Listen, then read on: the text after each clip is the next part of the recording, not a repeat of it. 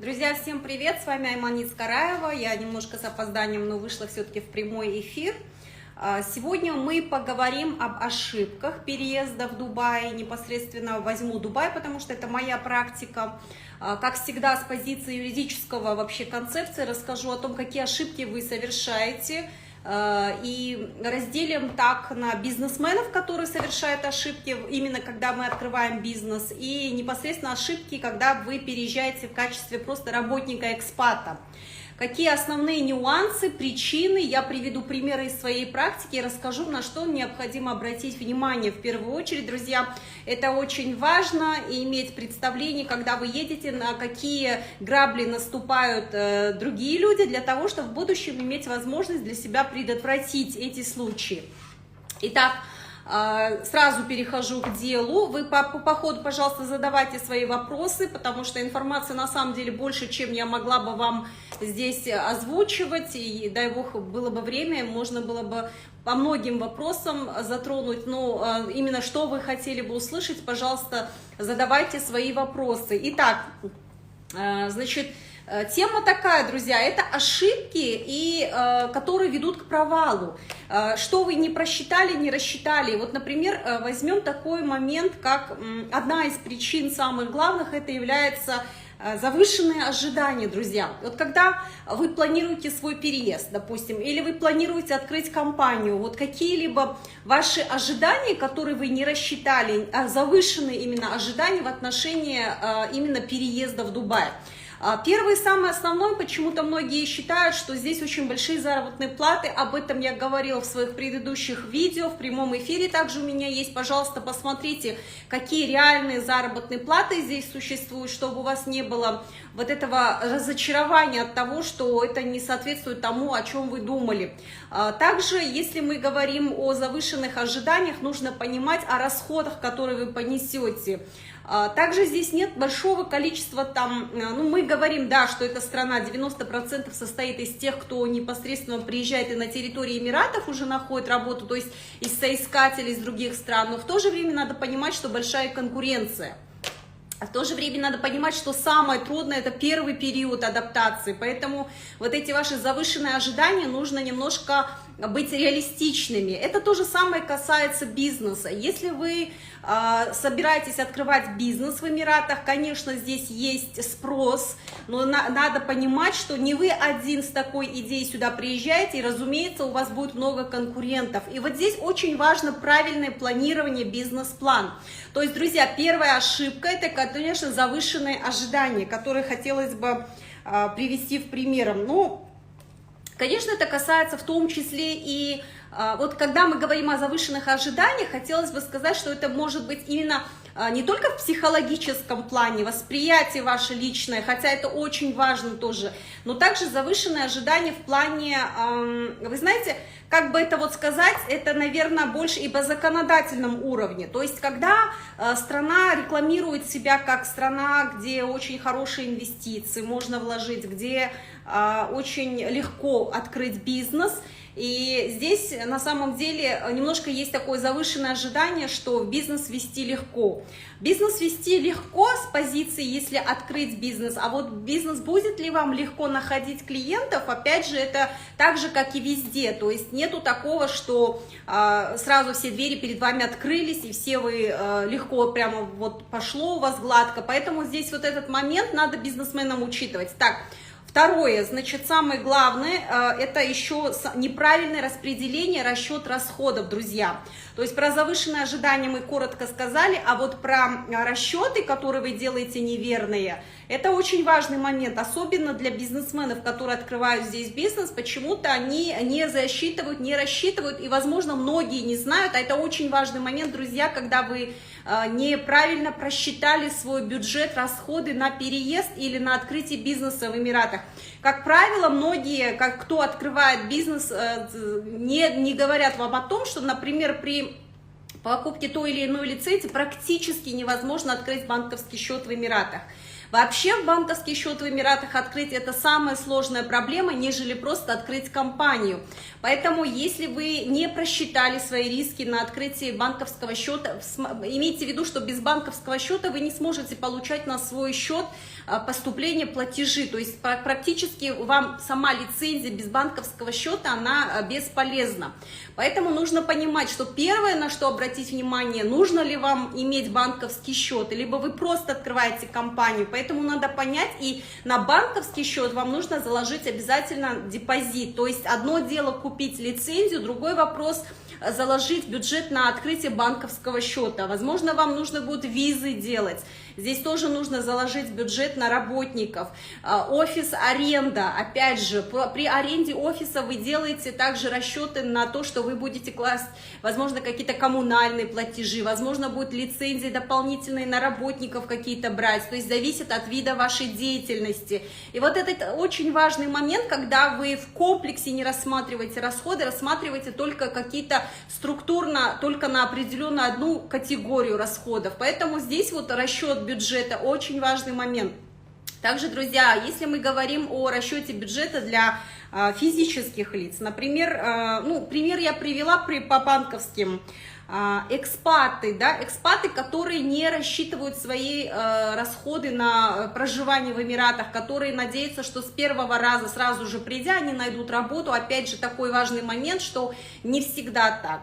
Может случиться так, что вы будете долгое время без работы, либо на подработках, либо на визе туристической, кто-то там подрабатывает. Опять же, вот эти все важные моменты нужно учитывать, что вы тут платите из своего кармана. И вот здесь, не рассчитав свой бюджет, здесь какой может быть риск того, что вы потерпите крах, неудачу? Это то, что вы соглашаетесь на низкооплачиваемую работу, или вы уже идете абы-кабы, куда бы ни было, а потом приходит какое-то другое предложение, хорошее, заманчивое, и вот здесь вы мечетесь, то ли дело уже вам визу открывают, то вам уже хочется в другую компанию. Или же бывают такие риски, когда вы работаете на низкой зарплате, потому что вы не согласились на такие условия уже под давлением обстоятельств. Поэтому, друзья, здесь нужно понимать, что именно распределить правильно свой бюджет, экономить с самого начала, это очень важно, потому что сразу с первых месяцев у вас может и не быть дохода. Это касается и бизнеса, это касается и просто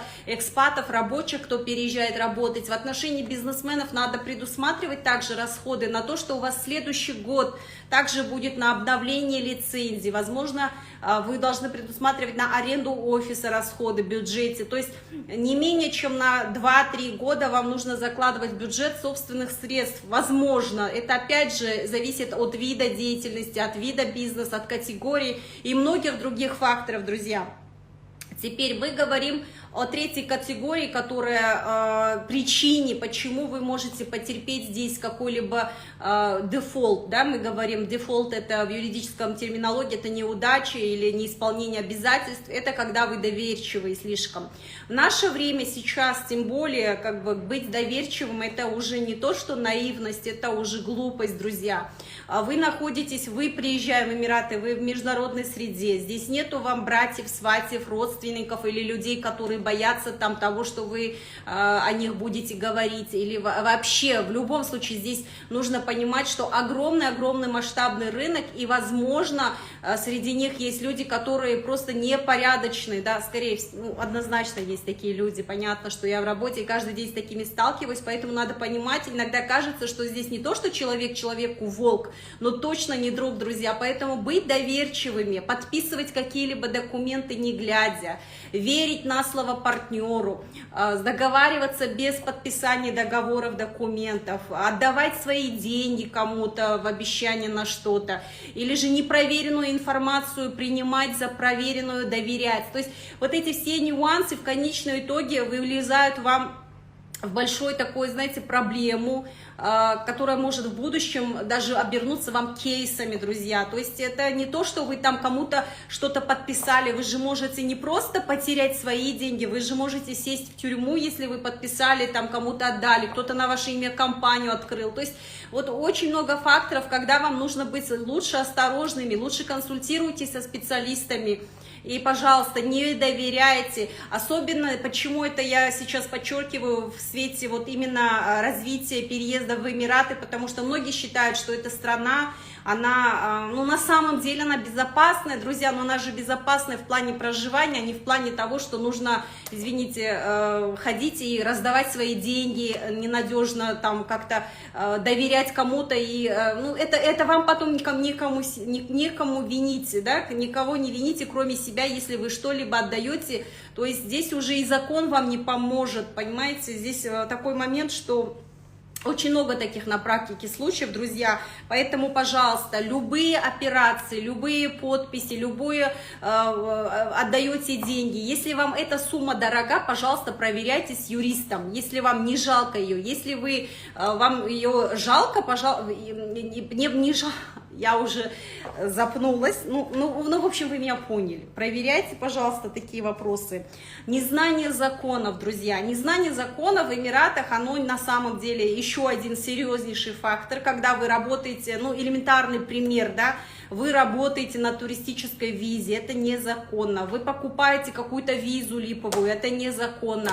Вы публикуете где-то о ком-то плохую статью, кого-то там оскорбляете, это незаконно, друзья. Очень многие вещи не просто незаконные, они преследуются по закону, то есть они вас на самом деле настигнет, ваше такое вот безалаберное отношение к тому, что прописано в законах этой страны. Поэтому, пожалуйста, знайте законы, проверяйте, особенно если вы создаете бизнес, вам нужно полностью вникнуть, какие отчеты вам надо сдавать, если вы пропустили налоговый период отчетности, у вас сумма превысила налоговый лимит, который предусмотрен в течение года на обороты, это примерно 100 тысяч долларов, это вам не обязательно надо проконсультироваться по этим моментам. Есть еще такой Ultimate Beneficiary Honor, это отчетность, это экономическое присутствие, это покупка неверной лицензии, если вы, например, юридическое лицо вам продают, вам говорят, вы изначально не поняли, объяснили не так вам, или вы объяснили, не поняли, что вам нужно. То есть вот этот очень важный момент, который в будущем будет для вас дефолтным. Если вы работаете без визы, на туристической визе, без резидент-визы, или если вы работаете, открыли компанию и работаете на нелицензируемым видом деятельности, занимаетесь, где-то прошло это, или вы...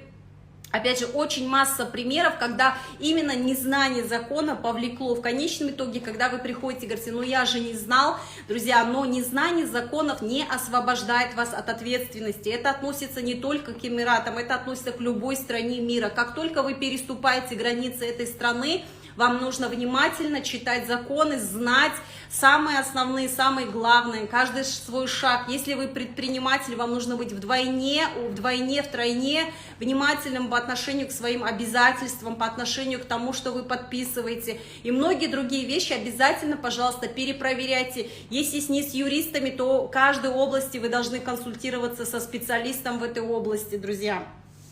Теперь... такой момент есть, друзья, где не надо экономить, где надо расточительство, есть такой момент. И вот это вот важный момент, когда вот алчность, можно сказать, вот насколько бы это был такой грубый термин, но многих губит алчность, когда мошенники в основном, вот и хочется сказать, что они именно берут в оборот, да, вот грубо говоря, берут в оборот людей, которые наивные, которые почему-то верят. И вот это вот желание где-то сэкономить, желание где-то, какой-либо пример, да, вот когда бывает, у меня был пример такой интересный, когда человек говорит, я тебе решу вопросы в обход там закона, где-то там, этого нет, друзья, не верьте в такое, когда кто-то вам предлагает какую-то схему, пожалуйста, подумайте трижды, перепроверьте с разными специалистами, что это, о чем вам говорят, не жалейте денег на профессионалов, консультируйтесь, ходите у нескольких, поспрашивайте, посмотрите, изучите сами информацию и не жадничайте, когда не нужно расходы, если надо нести расходы, надо нести расходы, если... говорить об экономии, то здесь это очень тоже один из важных моментов, когда люди не экономят. В Эмиратах очень важно иметь, правильно рассчитать свой бюджет, правильно экономить, особенно если вы ведете бизнес, да, в любой сфере. Если вы в бизнесе, вы отвечаете не только за себя, у вас возникает масса других обязательств, у вас возникают обязательства не только перед партнерами, у вас элементарно организационно-административные расходы на оплату офисных, по офису вы будете оплачивать, возможно, работникам вы будете оплачивать зарплату. И все эти вещи, пожалуйста, нужно контролировать. И нужно из-за этого очень важно и именно экономить средства. Друзья, еще один из таких самых главных моментов, пожалуйста, задавайте свои вопросы. Я сейчас расскажу один из таких, ну, последний, наверное, на мой взгляд, такой. В принципе, можно много говорить о причинах, которые ведут к неудачам, но она сводится к тому, что многие из них сводятся к тому, что это, наверное, ошибка. Ошибка в том, что вы доверились какому-то человеку, или ошибка в кадровых вопросах бывает у бизнесменов, когда вы нанимаете не те кадры. То есть именно когда бизнес, это вообще человеческий фактор. Это, конечно, не всем везет найти сразу хорошую команду, но именно от вашей команды, именно от ваших консультантов зависит многое, именно от того, как вы правильно вступили. Для того, чтобы не разочароваться в Эмиратах, друзья, очень важно именно на первых этапах не обжечься. Поэтому, пожалуйста, будьте аккуратны, не торопитесь. Я всегда говорю, что необходимо как минимум полгода в этой стране не предпринимать каких-либо резких движений, шагов, сразу идти вкладывать в бизнес или сразу идти выходить замуж, будь то личные какие-то решения, да, в личной жизни. Поэтому, пожалуйста, друзья, вникайте в законы и... Ну, в принципе, удачи. Думаю, на самом деле, конечно, многие вещи я сказала на фоне такого вот, надеюсь, что это не настолько я вас напугала, но надеюсь в любом случае, что это очень такой важный момент, на который необходимо обратить внимание. Ежедневно сталкиваюсь с категорией людей, которые в той или иной области, которую я сегодня озвучила, ошиблись. Вот как решать проблемы, я позже вам расскажу в следующих, наверное, прямых эфирах. Задавайте, пожалуйста, свои вопросы, что вам интересно, я готова озвучивать. Буду рада ответить на ваши вопросы. Это была Иман Ескараева, юрист в Дубае. Я рассказала тему о том, какие ошибки в основном ведут к тому, что у вас дефолт или неудача в Эмиратах возникает, какие-то разочарования при переезде. Поэтому давайте будем, друзья, более компетентными, осведомленными, развиваться и учиться. И удачи всем. Спасибо большое за внимание. Пожалуйста, если я посмотрю, вопросов нет. У меня были вопросы, на которые я постараюсь вам ответить. Либо вы буду отвечать в комментариях, либо буду отвечать вот таким образом в прямых эфирах в будущем. Друзья, спасибо всем большое. И я сохраню этот эфир. Пожалуйста, всем всего хорошего. До свидания.